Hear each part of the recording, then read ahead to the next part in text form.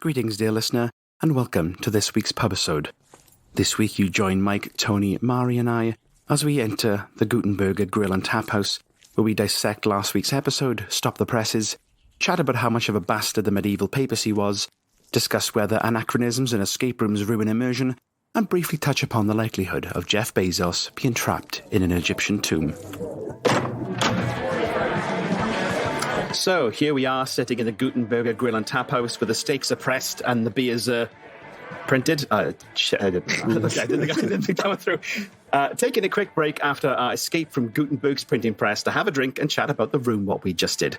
But first, it's my round, so who's drinking what? My name's Mairi, and I am drinking something called Woodford Reserve, which is a type of whiskey bourbon.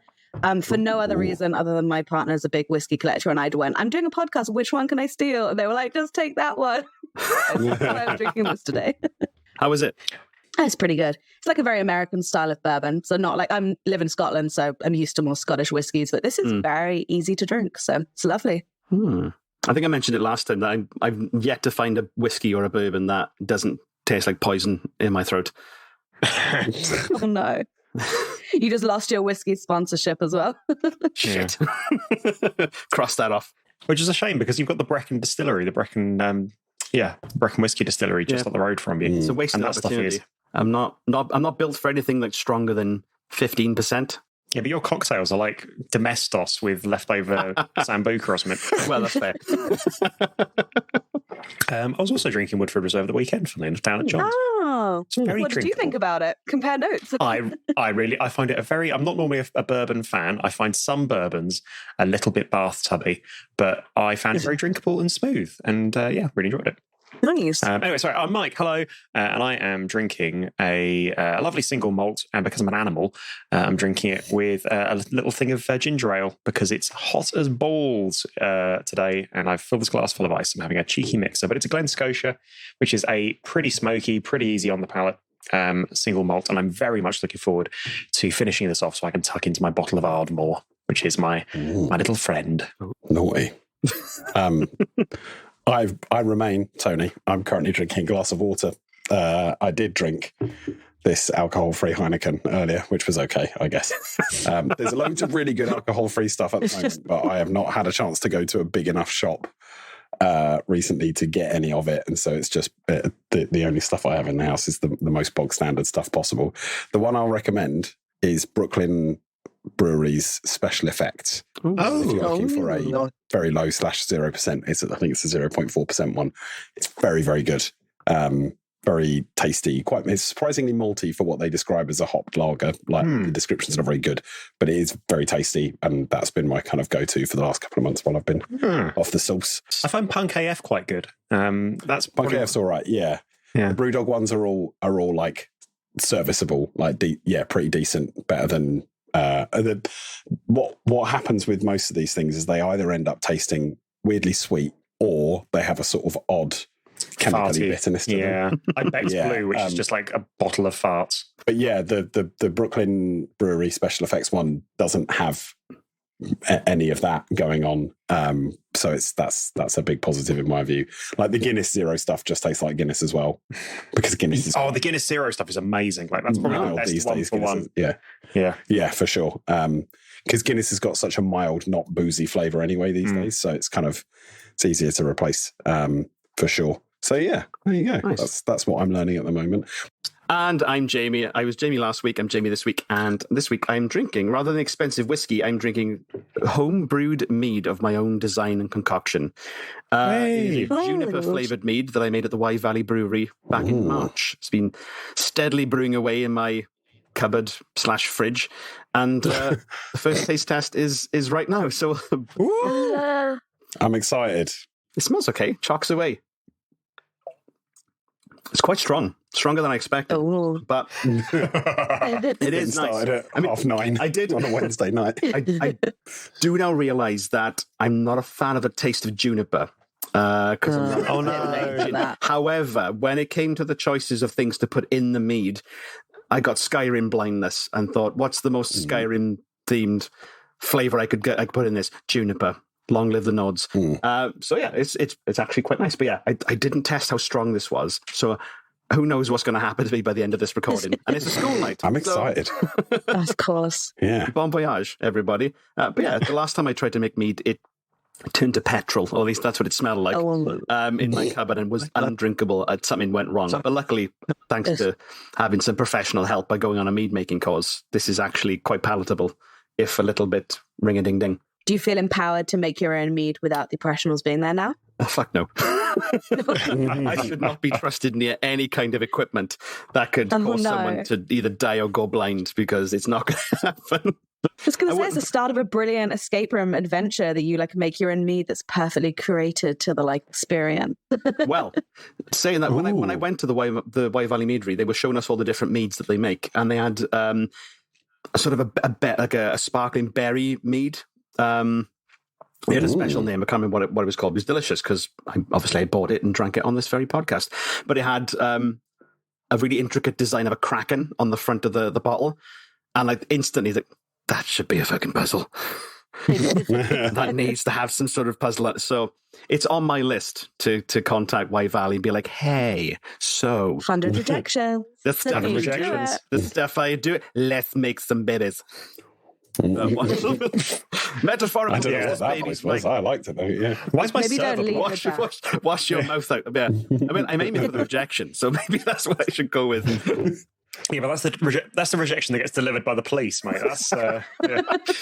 Subject line: Let's make business babies. They just see how quickly they reject that pitch. Spoiler warning for the rest of this episode. If you didn't listen to last week's episode, please stop this recording right now, listen to that, and then come back, or not. I'm not your dad. I don't give a shit what you do. We're going to be talking about the episode, what we did last week, where our intrepid puzzlers escaped from Johann Gutenberg's printing press factory workshop, which you all did brilliantly, 3 minutes to spare. And you made some wonderfully smutty news off the back of it. So well done, all of you. Pope smut. Whoa. Just what I've always wanted. Now, did any of you watch the TV show The Borgias when it was on? No, I missed it. No, with Jeremy Irons as Rodrigo Borgia, aka Pope Alexander VI, who was there's been a lot of smutty popes, but he was sort of famously the smuttiest. It's very entertaining. I think they were supposed to make 4 seasons of it, and it got cancelled after 3. Oh. And me and my very good friend Emily watched it when it was first on, and there are still lines that I quote from it now, 10 or so years later, because it was so funny. A lot of the time, Jeremy Irons would just go, "We are the Pope of Rome," and that's just funny. I don't know why. That's just really funny. And also, the King of France would always say, "He's a Pope of Rome," instead of that's how he would say Pope of Rome. And then there's also a bit with. Do you remember Luke Pasqualino, who played Freddy in Skins, in the second generation of Skins? No, I know. No. He plays a stable boy who has an affair with the Pope's daughter, Lucrezia, who is married to one of the Medicis, I think. And her marriage breaks down. She's married to this horrible guy. She's been having this affair with the stable boy. She decides to go back to Rome. So she's on her horse and she's about to leave. And she says to the stable boy, "I shall write." And he says, "But I cannot read." And that's funny. That's an unintentionally very funny kind of deadpan line. The delivery of it was really good. So I don't necessarily recommend watching The Borgias, but if you've really got nothing better to do, it'll probably make you laugh. If it's on my flight tomorrow and that's the only thing to watch. Oh, exactly. And they do. There is quite a lot of Pope smut, Alexander VI having sort of weird food orgies and stuff like that. There's a good amount of that in there. Maybe not plain appropriate then. Well, it depends on who you're sitting next to. Speakerphone would be fine. What's the worst that can happen? Yeah. One time I was on a plane and they had one of those chat boards, so you could chat to anyone, and they had public chat boards. And I was on a flight with a group of English school children, about 40 of them, all boys. And it was the best. And it was also overnight. So their teachers had fallen asleep and they were on the chat board. And I renamed my seat to be the Babadook. And I went into all their chat. I was rolling late into the early hours of the night. It was fantastic. I love it. Yes. Okay. Yeah. That's making the best of a bad situation, I would say. That feels hell. If you are going to role play the Babadook, then that's good. Go on. Oh my God. Yeah. As far as I could see in my research, Eugene IV, who is the antagonist of our episode. Didn't do anything smutty as far as I could see, but he is a bit of a bastard, though. I did discover that sounds about right. He this played in after I'd finished writing the script, but like, he issued a papal decree that prohibited people from enslaving the natives of the Canary Islands. You think, okay, decent, but only if they were Christian. Anybody who wasn't, fair game, twat. So there's an argument to be had that the things that he said paved the way for the mentality that justified the Atlantic slave trade like a century or so later. So both Eugene IV, what a bell end is what I can say. I'm glad that you've written some salacious gossip about him and his mum. What a die. Yeah, so really good room. Really enjoyed it. Oh, thanks. Typically solid and obviously tuned for having an experienced puzzler with us, by which I mean that there were one or two bits of my brain just went, nope. And Mario went, I think you'll find that actually it was like watching some sort of mechanical computer sort of slot into place and figure the bits out. But so did the room play out as you expected, apart from obviously us not looking through the pile of paper until right at the end? Yeah, I think you did it in more or less the right order. Peel back the curtain for a little bit. I did forget to mention at the start that you needed to carve the symbol, the custom symbol, to denote that it was a coded message, and was frantically trying to find a way to put it naturally in the puzzle. Right. So, you did well. So if you'd asked for a hint when you found those elements, I would have said. But in doing so, you got the paper, you knocked it over, and I quickly added the coded message symbol bit to the top of the list of code words because Johan was meant to say it at the beginning. But you were doing so well for the rest of it. Like, I don't need to do that. I'll just let them discover it on their own. That was absolutely fine. I think I was worried that you would instantly get the rack on the wall and the way that those letters are supposed to be placed in. So you place them in the horizontal grids, and then you read it in a zigzag. It's called a rail fence cipher, and it's been around since around about this time as well. And I was like, oh shit! Especially if we got someone who like lives and breathes puzzles, she might know this. Luckily. Glad said, no idea. Beautifully executed. What I hadn't banked on was having 2/3 of the solvers knowing the periodic table by heart. That seemed to be a bit of a blind spot for me. I should have twigged. Not entirely true. Next time, just make up some Tim weird alchemical ones. I thought you'd made up that other one. I thought you'd made antimony, sparkly debris. Yeah. Yeah, that's the three things that make movable type is lead, tin, and antimony. Yeah, I had a very fun session on Wikipedia research of this and just go and tease that out, make that into a puzzle. Thank you very much. I wonder why that is. I wonder, do they set with a particularly high, what's the word I'm looking for, resolution? Like, can they make very fine but very solid? I'd be interested to know. But I'm not asking this question to any of you. Right to the Patreon. And why are those three things especially special? Are you a hand-pressed smelter? Get in touch. Are you that very large Venn diagram of people who listen to the Infinite Escape Room podcast and also smelt type? Look, my sister has a degree in silversmithing. So what? Oh, what? Perfect. If she's listening, amazing. Jewelry design and silversmithing. So I love that. She may not know about this, but she knows a lot of gemologists. She knows a lot of horologists because they were all in the same school at Birmingham. So there you go. That's a community you didn't know existed. Horologist is a great term for an occupation. It's just one letter away from being someone who studies Wes Craven to the nth degree. Are you a horologist or a horologist? Please stop drinking when we get out. Yeah. Any other history nuggets in there for us? Yes, I have quite a few. I wanted to make sure this episode that I did something historical, because I think that's when having that contained framework, it has to be historically accurate to the period. That's when it works better for me. If I'm a bit more loosey-goosey, my brain just goes off on a bit of a fart walk. So was the accent historically accurate to the absolutely period? Yeah. Johann Gutenberger is from Maine. He was born in Mainz, where the Gazette was first printed as well, which is southwest Germany. But in the context of this, he was born in southwest Germany, so it's fine. Okay. He was just in the northern part of that town, and a West Country accent or Cornish accent didn't quite work with the type.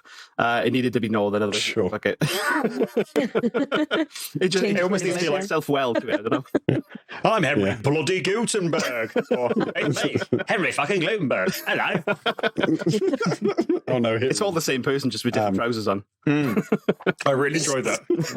Really got me smiling. That list of banned books that you had, you got the Ottendorf cipher out of. That's a legit thing. The Catholic Church, pretty much, maybe within a century of the printing press being a thing and starting to distribute knowledge around Europe and the known world at that time.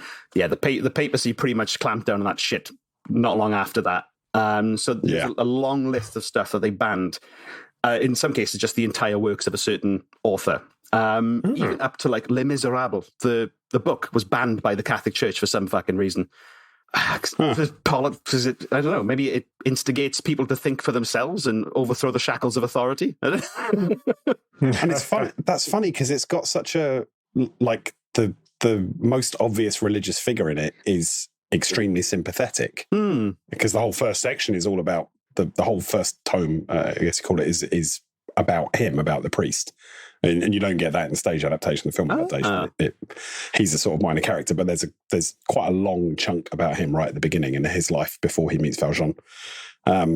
So that's interesting. But I guess all the other stuff about like fuck authority and destroy the ancient order and all of that is the Catholic Church is like something that we cannot abide by this. Make the old popes uncomfortable there. Well, like they banned like the entire works of Sartre, Voltaire, loads of philosophers. Like Catholic Church was like, no, you are not allowed to think for yourself or think of anything else other than what we tell you. And it was going up until the 60s. This is when they stopped it. Like the 1960s. It's ridiculous. What? They've had this. They just missed Da Vinci Code then. Oh, they would have shit. They would have loved that. They would love that just for that one. But I mean, it's an interesting thing. You mentioned the 60s because the printing press was one of the things that made the Reformation happen. Right? Yeah. Was people being able to disseminate this stuff and also translations of the Bible. Right before the Tyndale version and then the King James, the Bible wasn't in anything other than Latin, even though that wasn't the language it was written in. It was written in liturgical Hebrew and Greek. And then in the 60s, the Catholic Church went through this whole modernization thing, the Second Vatican Council, and part of that was that they translated the Mass. The Church itself translated the Mass into other languages, because up until the 60s, it was always delivered in Latin. And you got the note about the gold as well, the AU being the chemical symbol for gold straight off the bat, and the line that said "give me lots of it" was a capital L to like in the weight, because lots was how they weighed stuff apparently in medieval Germany. Of course. I didn't pick up on that, but that's smart. Was the thrice and thrice again supposed to be 3 times 3 then? No, 3 plus, just 3 plus 3. I mean, if you'd done 3 times 3 because you had 9 lots of gold, I probably would have given it to you. Yeah. Because you'd worked it out either way. I wouldn't have been a bastard about it. And the gold bits were there because Gutenberger trained as a goldsmith before he got into this business, and that's how he knew about the chemical compositions and how they work and how to make good shit, because he'd already trained in metallurgy as a young'un. That's so cool. Yeah. The more you know. Love a Jamie history. Yeah, I tried to make sure that all the different like ciphers and puzzles were appropriate for the time period as well. Oh my god! So like Ottendorf cipher, the rail fence cipher, the code book, all those were being used around about that time, nice. Or at least had been invented up until that point. Even invisible ink was a potential for this puzzle, but I thought, oh god, listeners of this podcast can I really struggle with the massive oscillation of kind of coherency and quality. Just based on my last room, it was like, so even the code, like, the sequences and the codes and the ciphers used were period appropriate. I'm like, so you're in this pyramid, and Alexa said, and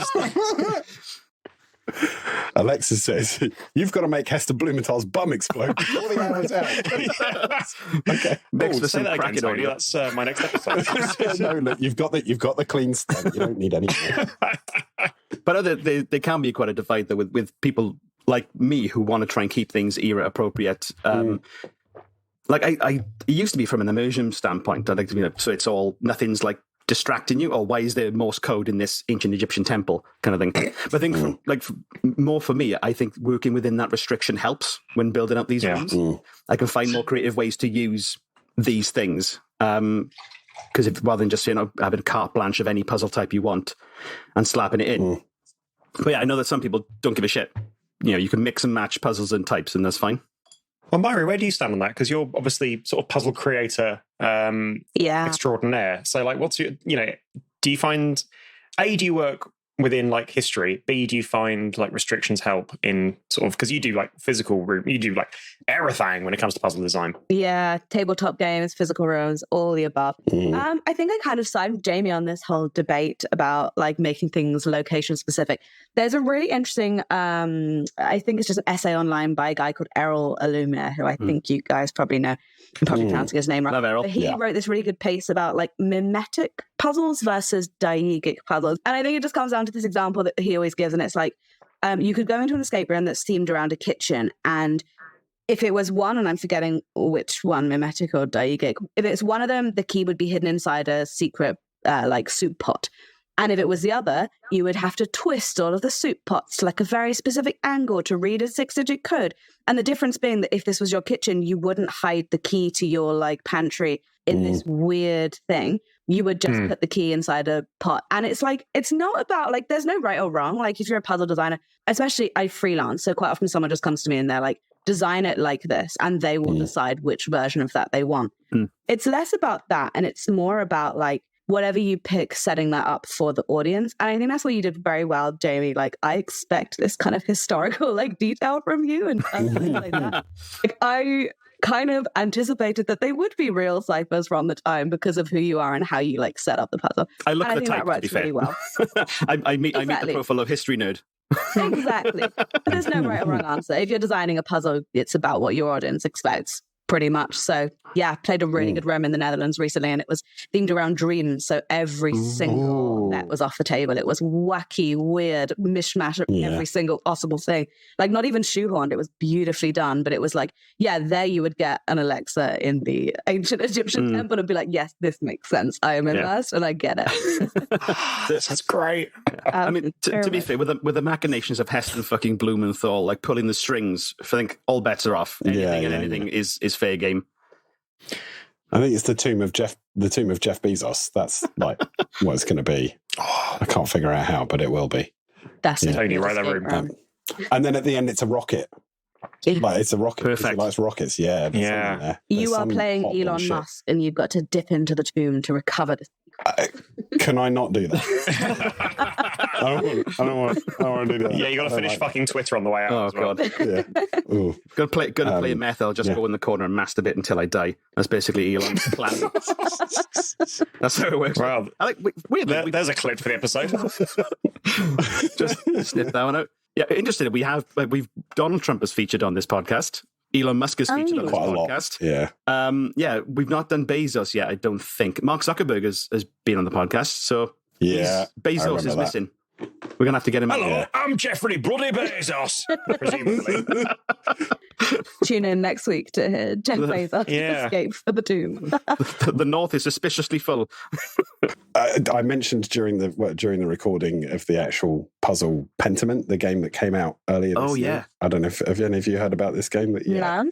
It's a kind of like an old school point and click adventure mystery story that's set in a few different time periods in this town in Germany.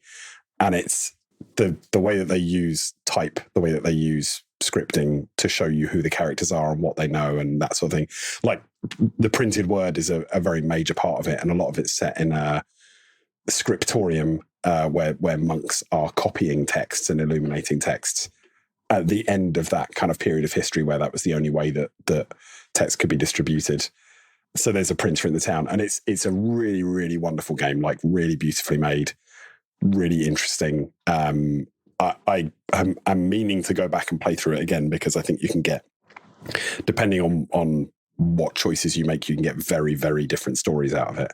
But it's definitely worth a look. Pentiment, it's really good. I've seen good things. I think PC Gamer did a really good write up on it. Yeah, and there's another game that's kind of Do you know the one? You might know. This is going to sound totally incoherent. Apologies.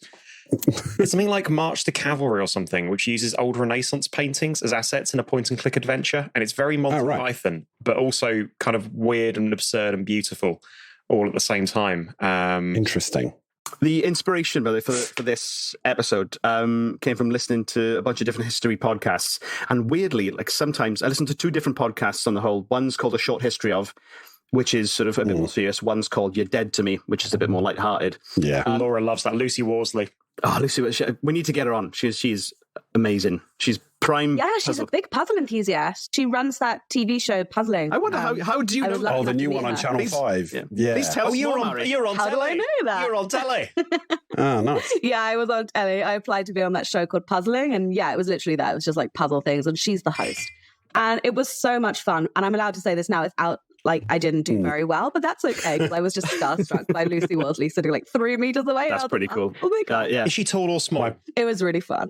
Huh? Is she tall or small? She's the same height as me, so pretty small. Like maybe like 5'4", I would say. Ah. Yeah. You never know how tall TV people are, so it always freaks me out. Yeah. Sorry. True. They might be standing on a box, or they might be crouching. Light. No, she didn't stand on a box, but she did like put a little like blanket on in between takes, which I thought was quite fun. I get it. I kind of wanted one as well. We'll try and get her on. Another rejection to add to the list. We'll try and get her on. Perfect. Offer her a blanket. Well, both as payment. Yeah. Oh my God, I'll get a tier. Exactly. I'll literally start making a tier Branded.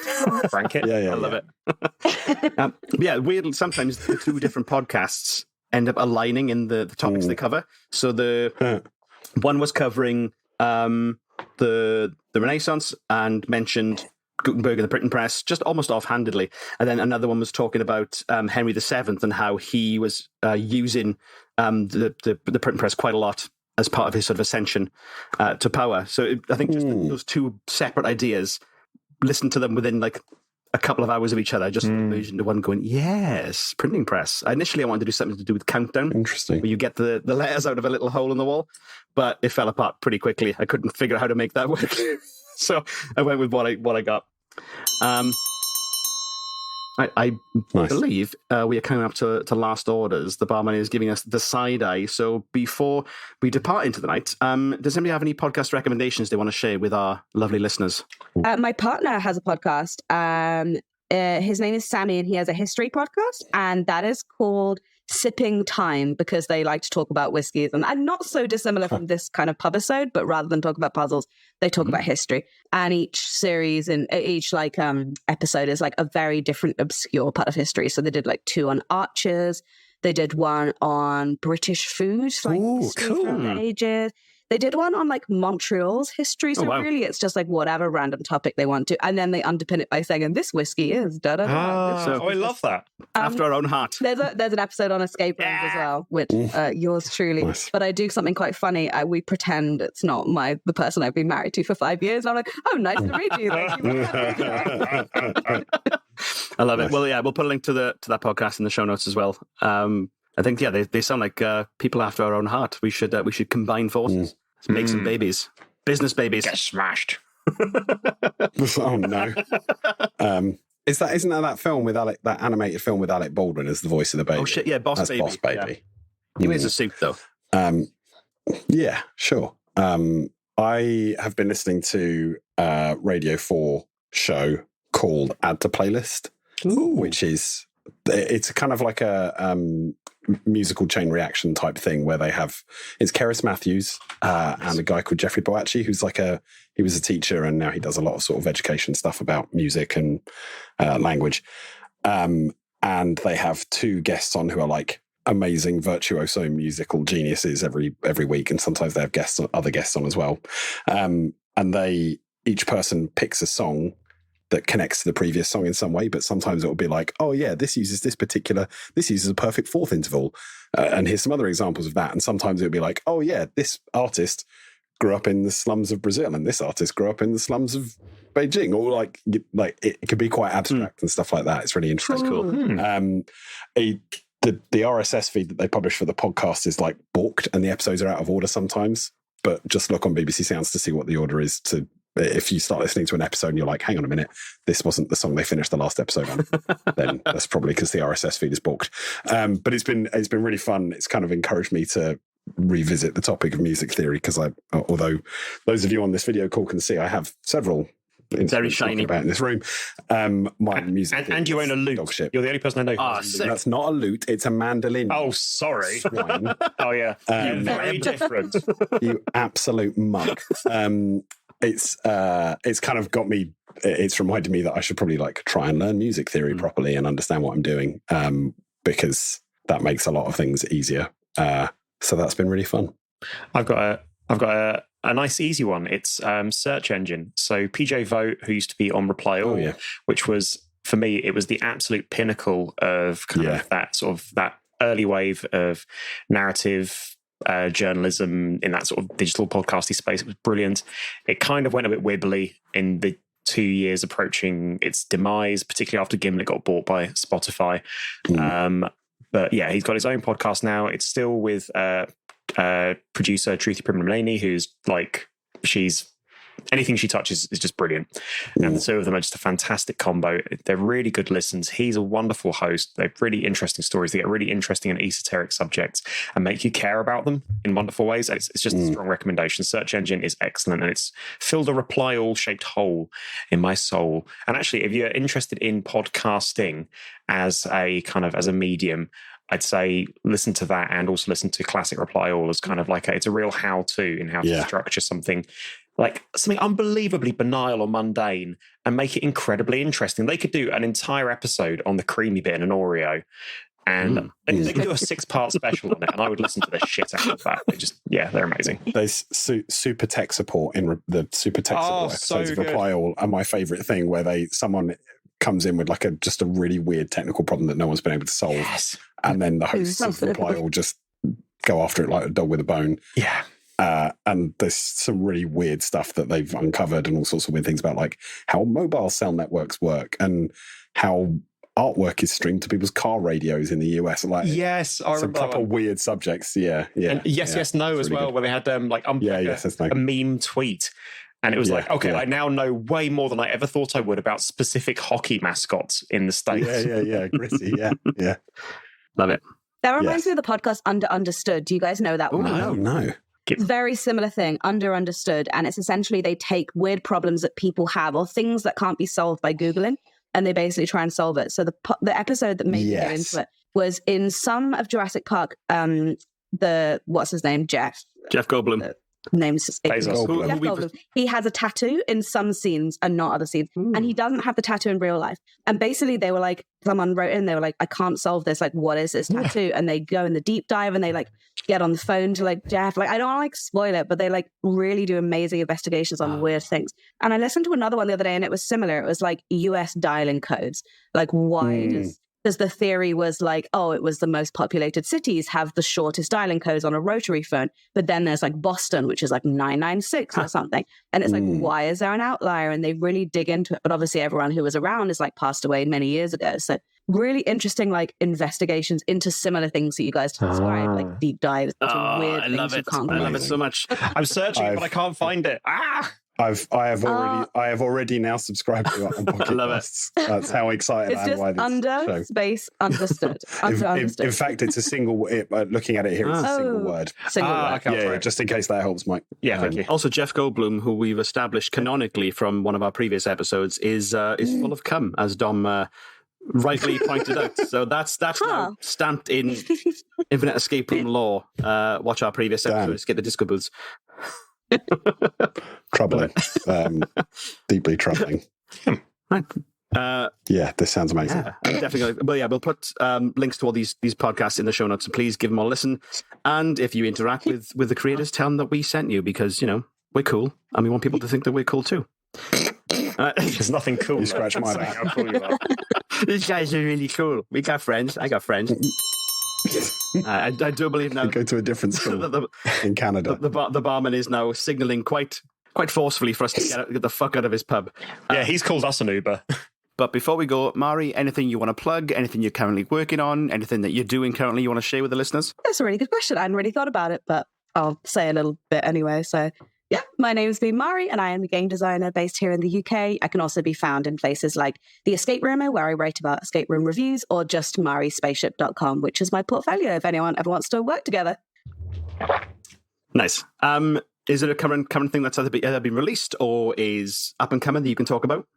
Well, at the moment, I'm working on a game that's just gone on live on Kickstarter, but probably it will have just finished by the time this goes out. But that's called Body of Evidence, and it's like a murder mystery themed around a big autopsy kind of experience, and that's with Mr. Nice.